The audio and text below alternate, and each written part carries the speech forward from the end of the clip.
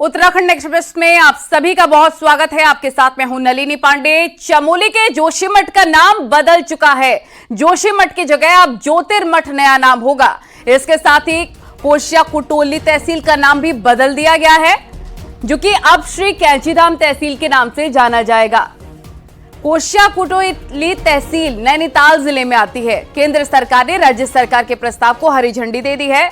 दोनों तहसील का नाम बदलने की घोषणा पिछले साल सीएम पुष्कर सिंह धामी ने की थी। राज्य सरकार के प्रस्ताव को केंद्र सरकार ने अब हरी झंडी दे दी है।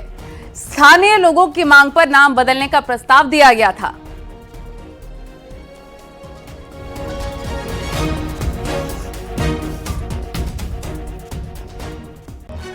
और वहीं देहरादून पुलिस के पास एक अजब गजब मामला सामने आ चुका है, जहां पर एक लड़की ने अपनी मुस्लिम महिला मित्र पर ही जबरन धर्मांतरण करवाने के आरोप लगाए। मामला गंभीर देखकर पुलिस ने उत्तराखंड धार्मिक स्वतंत्रता अधिनियम के तहत केस दर्ज कर लिया है। दरअसल देहरादून में लॉ कॉलेज की छात्रा ने अपने ही साथ पढ़ने वाली कश्मीर की छात्रा पर गंभीर आरोप लगाए।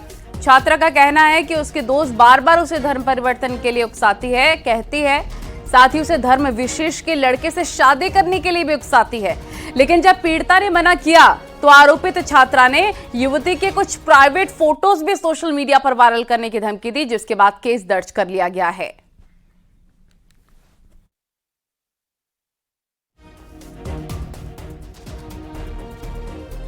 एक वहीं पर स्थानीय कॉलेज में पढ़ती है और वहां पर उसके साथ उसकी एक दोस्त है जो कश्मीरी मूल से रहने वाली है, और वो भी उनके साथ पढ़ती है और वो दोनों साथ में थे। कहीं उसकी कोई प्राइवेट फोटोग्राफ्स उसके द्वारा ले ली गई थी और इसके बाद जो है उसको समय समय पर अपने अन्य दोस्तों के साथ दोस्ती करने के लिए उकसाया गया था। चूंकि तहरीर प्राप्त हुई थी, इसके साथ ही तहरीर के आधार पर इसमें उत्तराखंड धर्मांतरण निषेध जो हमारा एक्ट है उसके तहत मुकदमा दर्ज हो गया था। पहाड़ में गर्मी बढ़ने के साथ ही एक बार फिर से जंगल धधकने लग गए हैं। कुमाऊं के कई जंगल आग की चपेट में हैं। नैनीताल जिले में झोलीकोट, पंगूट, भवाली के जंगल जल रखे हैं। वहीं अगर पूरे फायर सीजन की बात करें तो अभी तक प्रदेश में 1210 आग की घटनाएं हो चुकी हैं। इसमें 1644 हेक्टेयर जंगल प्रभावित हुआ है और करीब 34 लाख के नुकसान वन विभाग को हो चुके हैं।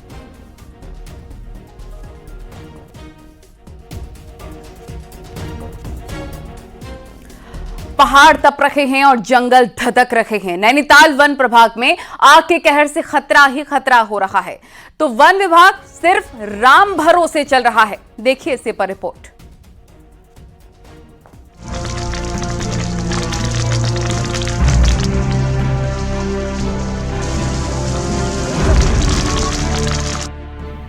आग की लपटें एक बार फिर से डराने लगी। नैनीताल के भवाली और मनोरा रेंज के जंगल आग की चपेट में, तो कई हेक्टेयर जंगल इस धधकती आग में स्वाहा हो चुके हैं। हालात इतने ज्यादा खराब हैं कि पर्यटकों की गाड़ियां इस आग के बीच से गुजर रही हैं। तो रूसी बाईपास में पुलिस चौकी और दुकान को बमुश्किल बचाया जा सका।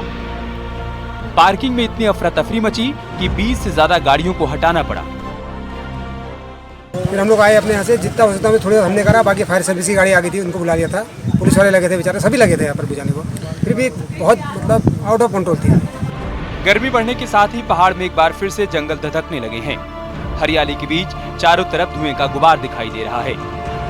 पर्यटन सीजन के दौरान जल रहे जंगलों ने प्रशासन और वन विभाग की मुश्किलें बढ़ा दी हैं। सुबह सूचना मिलने के बाद तत्काल हम लोगों ने अपनी टीम को लगाया है और फायर ब्रिगेड भी बुलाई गई है रोड साइड, क्योंकि यहाँ पार्किंग गाड़ियाँ खड़ी है उनकी सुरक्षा के लिए। और बाकी चारों तरफ हमारे जो है 20 लोग लगे हुए हैं। बहरहाल पिछले दिनों मुख्यमंत्री ने जंगल की आग की रोकथाम को लेकर निर्देश दिए थे, लेकिन नैनीताल वन विभाग कहीं भी संजीदा दिखाई नहीं देता। ऐसे में अब सिर्फ सहारा मॉनसून का ही बचा है। बारिश हो और जंगल बच जाए। न्यूज़ 18 के लिए नैनीताल से वीरेंद्र बिष्ट की रिपोर्ट।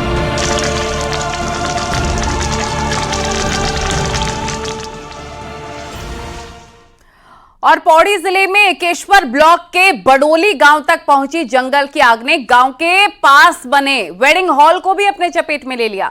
आग से वेडिंग हॉल में रखा सारा सामान जलकर पूरी तरीके से खाक हो गया।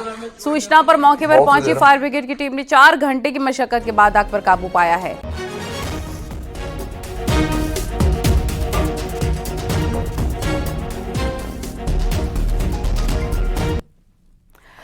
तो देखिए, जंगलों में आग लगने का एक बड़ा कारण चीड़ की पत्तियां यानी कि पिरूल भी है, और इसलिए आप बॉयलर का प्रयोग करने वाली इंडस्ट्रीज के लिए यह अनिवार्य किया जा सकता है कि वो कम से कम 5 से 7% रॉ मटेरियल के रूप में पिरूल का प्रयोग करें। उत्तराखंड में जंगलों की आग से हर साल करोड़ों की वन संपदा सुआहा हो जाती है। आग का मुख्य कारण चीड़ के जंगलों में चीड़ की पत्तियां होती हैं, जो गर्मियों के सीजन में आग पकड़ते ही पेट्रोल का काम करने लगती हैं। जंगलों से पिरूल हटाया जा सके, इसके लिए उत्तराखंड सरकार ने इस बार पिरूल खरीद की कीमत 3 रुपए से बढ़ाकर 50 रुपए कर दी। लेकिन सवाल उठता है कि इस पिरूल का क्या किया जाए। इसके लिए वन विभाग अब एक ऐसा प्रस्ताव तैयार कर रहा है जिसके तहत उत्तराखंड में स्थापित बॉयलर का प्रयोग करने वाली इंडस्ट्रियों के लिए रॉ मटेरियल के रूप में 5 से 7% पिरूल या पिरूल से बने ब्रिक का प्रयोग करना अनिवार्य होगा। ये जो रॉ मटेरियल है, ये चूंकि एक अच्छा रॉ मटेरियल है, उसके लिए जितने भी हमारे इंडस्ट्रीज ऐसी हैं जहाँ पे बॉयलर्स इस्तेमाल होते हैं, तो उन बॉयलर्स के लिए एक अच्छा फ्यूल का एक ये ऑल्टरनेट है। तो कोशिश हम लोग ये कर रहे हैं कि जितने भी हमारी उत्तराखंड की इंडस्ट्रीज हैं जहाँ जहाँ बॉयलर हैं, उनमें हम लोग इसका एक मैंडेटरी कराएं कि उनको 5 से 7% जो है वो पिरूल या उससे आधारित जो पैलेट्स हैं उनका उपयोग किया जाए।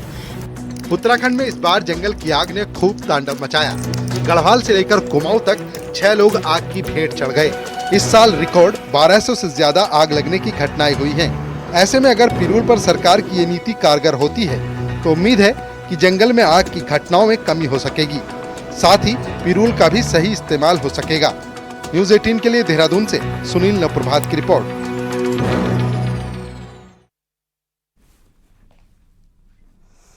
ओडिशा में मोहन चरण मांझी की बीजेपी सरकार का आगाज हो गया है और उन्होंने सीएम पद की शपथ भी ले ली है। और इस मौके पर पीएम मोदी और बीजेपी शासित राज्यों के कई मुख्यमंत्री भी शामिल हुए। उत्तराखंड के सीएम पुष्कर सिंह धामी भी शपथ ग्रहण के मौके पर शामिल हुए। वो तस्वीरें भी हम आपको दिखा रखे हैं। यूपी सीएम और उत्तराखंड सीएम साथ में मंच पर मौजूद।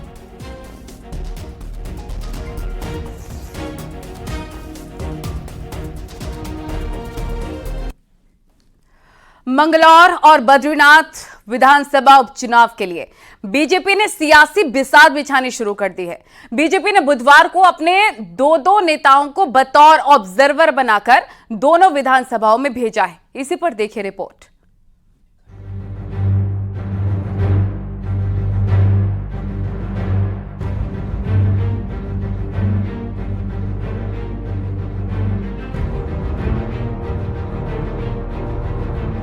मौका भले ही विधानसभा उपचुनाव का हो, लेकिन बीजेपी इसे बिल्कुल भी हल्के में नहीं लेना चाहती है।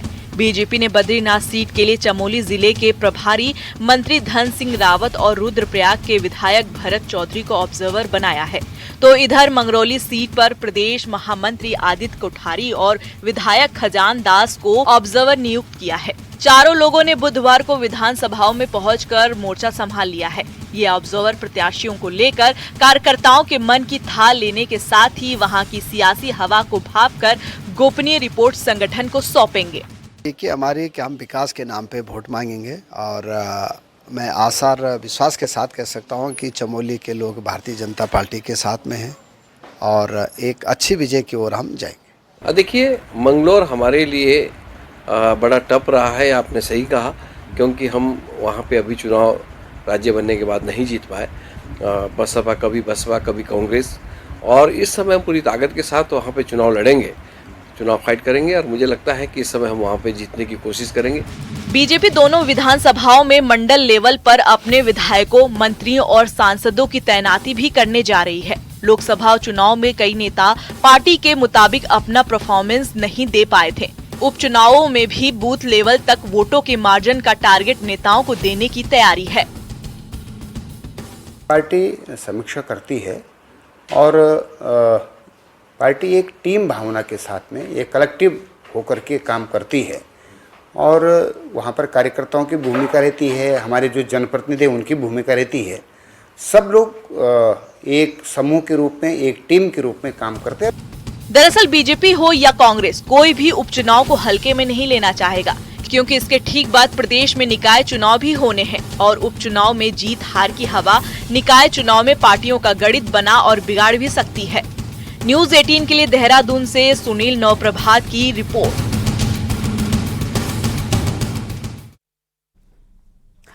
कांग्रेस नेता गणेश गोदियाल ने कहा है कि कुछ नेता कांग्रेस छोड़ बीजेपी में गए और तब बीजेपी के लिए काम किया, लेकिन कुछ नेता ऐसे रहे जिन्होंने लोकसभा चुनाव में कांग्रेस में रहते हुए बीजेपी की मदद की। गणेश गोदियाल ने कहा कि पार्टी को इसकी समीक्षा करनी चाहिए। गोदियाल ने कहा कि कई नेता पार्टी में अपना हक तो मांगते हैं लेकिन अपना कर्तव्य पूरा नहीं करते। उन्होंने कहा कि ये देखा जाना चाहिए कि किस नेता के बूथ पर पार्टी की क्या परफॉर्मेंस रही। निश्चित रूप में कुछ लोग तो सीधे सीधे चले गए और कुछ लोगों का ऐसा रहा कि भाई पार्टी को इसमें सबकी भूमिका देखनी चाहिए कि किसने क्या किया। देखिए, जीतना हारना बहुत महत्वपूर्ण नहीं है। ठीक है, हम लोग चुनाव लड़े तो जीतने के लिए लड़े थे, लेकिन भाई जो जहां पर है उसको उस जगह से कांग्रेस के हित के लिए किसने क्या किया है ये निश्चित रूप में चेक होना चाहिए। पूरे राज्य की आप बात कर रहे हैं? मैंने पूरे राज्य की बात कर रहा हूं। मैं पूरे राज्य की बात कर रहा हूं। सबके अपने पोल देखें क्या है, मेरे भी पोल देखे जाएं। मेरा पोल तब से देखा जाए जब से गणेश गोदियाल राजनीति में आया है। और देखिए, वहीं कैबिनेट मंत्री सतपाल महाराज का कहना है कि कांग्रेस के इस हाल की वजह बूथ में मैनेजमेंट ना होना है। उन्होंने कहा कांग्रेस में सब नेता हैं लेकिन काम कोई नहीं करना चाहता। सबसे बड़ी चीज यह है कि उनका जो है बूथ का मैनेजमेंट नहीं है और अगर ये कहा जाता है कि मैं भी रानी तू भी रानी कौन भरेगा पानी, ऐसी स्थिति के अंदर कभी पार्टी उभर के नहीं आएगी। ये तो उनका मामला है, वो देखें। पर मेरा कहना यह है कि सभी नेता बन जाएंगे तो बूथ का काम कौन करेगा, बूथ का मैनेजमेंट कौन करेगा, ये सोचना चाहिए उन्हें। उत्तराखंड राज्य बनने के बाद पहली बार भारत के प्रथम गांव माड़ा और नीति सहित मलारी घाटी में इस बद्रीनाथ विधानसभा उपचुनाव में मतदान होगा, जिससे कि घाटी में रौनक देखने को मिल रही है। देखिए रिपोर्ट।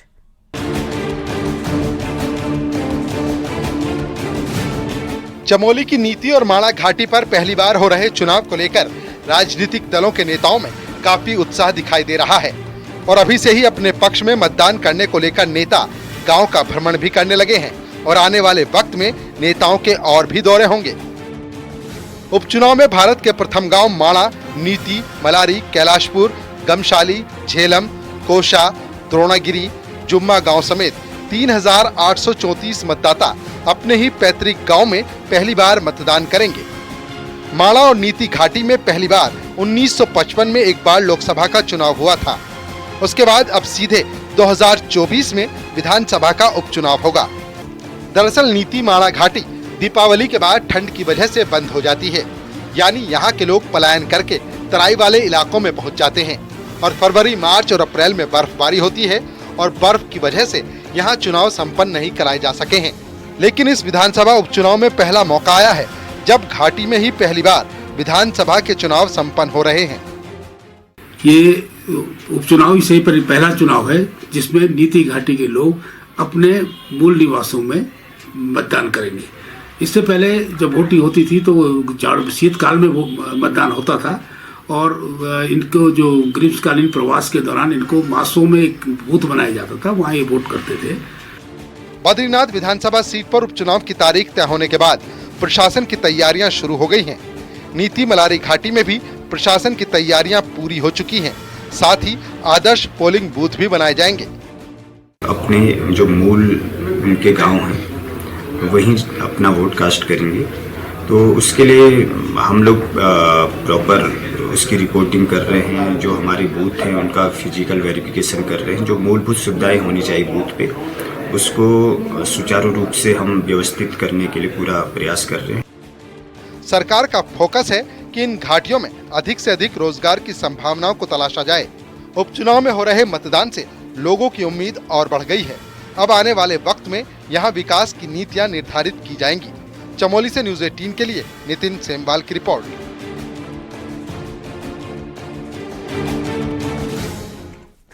उत्तराखंड के पौड़ी से नवनिर्वाचित सांसद और बीजेपी के राष्ट्रीय मीडिया प्रमुख अनिल बलूनी ने बुधवार को नई दिल्ली में नीति आयोग के उपाध्यक्ष सुमन बेरी से मुलाकात की। और हिमालयी राज्यों खास करके उत्तराखंड के जंगलों में बार बार आग लगने की समस्या और इससे होने वाली भारी नुकसान को लेकर चिंता जताई है। उन्होंने कहा कि इस समस्या की रोकथाम के लिए योजनाओं में दूरदर्शी और दूरगामी नीतियां बनाने की जरूरत है। साथ ही पर्वतीय राज्यों के लिए बजट में भी इसके लिए अलग से प्रावधान करने की जरूरत है। इस पर नीति आयोग ने कहा है कि पर्यावरण, वन, वित्त, गृह मंत्रालय के साथ मिलकर एक ज्वाइंट वर्किंग ग्रुप बनाकर इस समस्या पर एक वृहद अध्ययन कराया जाएगा।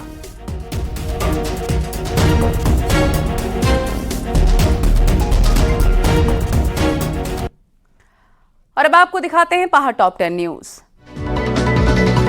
रुद्रप्रयाग में एसपी विशाखा शुक्ल भदाड़े ने वीडियो कॉन्फ्रेंसिंग के जरिए जिले के सभी थाना प्रभारियों और चौकी प्रभारियों के साथ अपराध को लेकर समीक्षा की। टिहरी के चंबा में टूटी पहाड़ी का ट्रीटमेंट और रोड सेफ्टी का सर्वे टीएचडीसी ने पूरा कर लिया है और जिला प्रशासन का रिपोर्ट सबमिट कर दी है। उत्तरकाशी में आधार कार्ड बनाना ग्रामीणों के लिए बड़ी समस्या बन गया है। कई बार जिला मुख्यालय के चक्कर काटने के बाद आधार कार्ड नहीं बन पा रहे हैं। टिहरी में होटल मालिकों ने प्रशासन से निःशुल्क पानी के टैंकर से पानी की आपूर्ति की मांग की। नई टिहरी शहर में इन दिनों पानी की काफी किल्लत चल रही है। उत्तरकाशी में भीषण गर्मी के कारण पानी की किल्लत देखने को मिल रही है, जिसके चलते ग्रामीणों में आक्रोश देखने को मिल रहा है। बागेश्वर के कई गांव में पानी संकट गहराने से लोगों को परेशानी का सामना करना पड़ रहा है। जल संस्थान विभाग भी टैंकर के माध्यम से पानी की आपूर्ति कर रहा है। पिथौरागढ़ में जल संस्थान के खिलाफ जाग उठा पहाड़ ने आमरण अनशन शुरू कर दिया है। लंबे समय से पिथौरागढ़ में पेयजल संकट गहराया हुआ है। टिहरी के चंबा जल संस्थान में कार्यरत लाइनमैन कर्मचारियों ने 3 महीने से वेतन नहीं मिलने पर कार्य बहिष्कार की चेतावनी दी। कोटद्वार में भीषण गर्मी के चलते कई लोगों को डायरिया और डिहाइड्रेशन हो रहा है, जिससे इन दिनों अस्पताल में मरीजों की संख्या बढ़ रही है।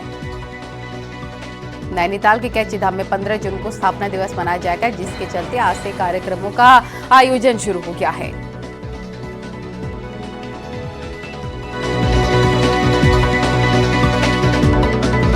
उत्तरकाशी के बड़कोट में पीने के पानी की समस्या काफी ज्यादा बनी हुई है। वहीं पर गांव के लोग पानी की समस्या को लेकर 7 दिन से धरने पर बैठे हुए हैं।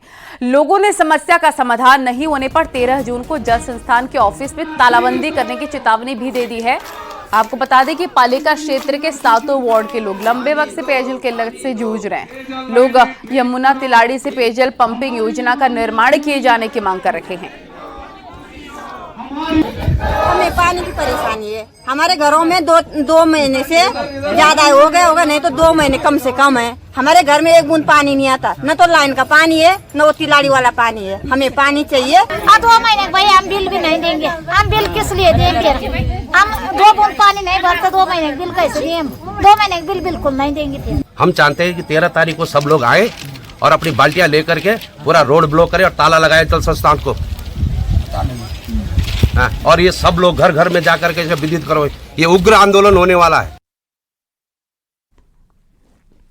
और विकासनगर में पानी की किल्लत से लोग काफी ज्यादा परेशान हैं और जुड़ली गांव में पानी का संकट सबसे ज्यादा है। गांव के लोग कई महीनों से पानी की कमी से जूझ रहे हैं। गांव में पानी की नई योजना की पाइपलाइन बिछाने के दौरान पुरानी पाइपलाइन क्षतिग्रस्त हो चुकी है, जिसके चलते पिछले कई महीनों से इस गांव के लोगों को पानी की काफी किल्लत से गुजरना पड़ रहा है। गांव के लोगों का आरोप है कि कई बार प्रशासन से गुहार लगाई गई, लेकिन सुनने वाला कोई भी नहीं है। लगभग हमारे यहाँ 35 परिवार हैं जो इस टंकी के सहारे चल रहे हैं। अभी इसकी भी मोटर फूक गई है और हम लोग इतने परेशान हैं पानी से। हमने कई बार शिकायत की है, बोला भी है। ठेकेदार लाइन बिछा रहा है, इसने जेसीबी वगैरह चलाई है, उससे पैप वगैरह बिछ गए, वो पानी नहीं आ पा रहा। लाइन समस्या सर कुछ नहीं, यही समस्या है। पानी नहीं आ रहा है हमारे नल में और बस डंगर भी भूखे मर रहे, प्यासे मर रहे और आदमी भी पीने के लिए, नहाने के लिए तो कहाँ, पीने के लिए भी नहीं है। पूरे गांव में ऊपर से लिए ऊपर तो इतनी गर्मी है, पानी में लेने में लगना पड़ रहा है और ये लाइन फाड़ दी और इसे सही नहीं करके दे रहे ऊपर से। और पिथौरागढ़ में इन दिनों जहां पर एक तरफ पेयजल संकट गहराया हुआ है, वहीं कार पार्किंग निर्माण के लिए जल संस्थान ने ठेकेदार को कनेक्शन दिया है। जिस बवाल के मचने के बाद दर्जाधारी राज्य मंत्री गणेश भंडारी ने निर्माणाधीन स्थल का दौरा किया। इस दौरान उन्होंने अधिकारियों को तत्काल पेयजल कनेक्शन काटने के आदेश दिए। मंत्री के आदेश के बाद जल संस्थान ने कनेक्शन काटना शुरू कर दिया है। हालांकि जल संस्थान ने पार्किंग के अलावा भी जेल निर्माण के लिए कनेक्शन दिया है। असल में आंवला घाट पेयजल योजना से बड़े प्रोजेक्ट बनाने के लिए जिस तरह कनेक्शन दिए गए हैं, उससे विभाग पर भी चौतरफा सवाल उठ रखे हैं। वो भी तब जब लोग 2 बूंद पानी के लिए भी तरस रहे हैं। जल संस्थान के द्वारा यहाँ पर एक पानी का कनेक्शन दिया गया है, तो मैंने यहाँ पर निरीक्षण किया और जल संस्थान के अधिकारियों से कहा कि जब तक पानी की क्राइसिस पिथौरागढ़ शहर के अंदर चल रही तब तक ठेकेदार का जो कनेक्शन आपने दे रखा उसको बंद कर करके ठेकेदार अपने स्वयं के संसाधनों से पानी की सप्लाई कर निर्माण कार्य को करे। हमारे यहाँ वाटर सप्लाई में जो कनेक्शन देने का प्रोविजन है, कहीं पर भी ये नहीं है कि प्राइवेट कॉन्ट्रैक्टर को नहीं दिया जाए, ऐसे कोई आदेश नहीं है। जरूर हमारे अप्रैल से लेकर के जून तक कनेक्शन बंद है, लेकिन इनकी फाइल हमारी मार्च में सैंक्शन हो गई थी, भले पैसा इनका बाद में हमारे पास जमा हुआ था। पहाड़ की शांत वादियां यूपी के अपराधियों के लिए अपराध छुपाने का ठिकाना बनती जा रही हैं। मामला लैंसडाउन के विलासू गांव का, जहां के जंगल में एक युवक का जला हुआ शव बरामद हुआ है। बताया जा रहा है कि यूपी के रहने वाले अजय कुमार की हत्या करके उसके शव को आरोपियों ने लैंसडाउन के जंगल में फेंक दिया था। हत्या आरोपियों की निशानदेही पर यूपी और पौड़ी पुलिस ने जंगल में सर्च ऑपरेशन चलाया तो शव बरामद हुआ। हालांकि बीते दिनों जंगल में आग लगने के कारण शव आग की चपेट में आ गया था और बुरी तरीके से जला हुआ मिला है।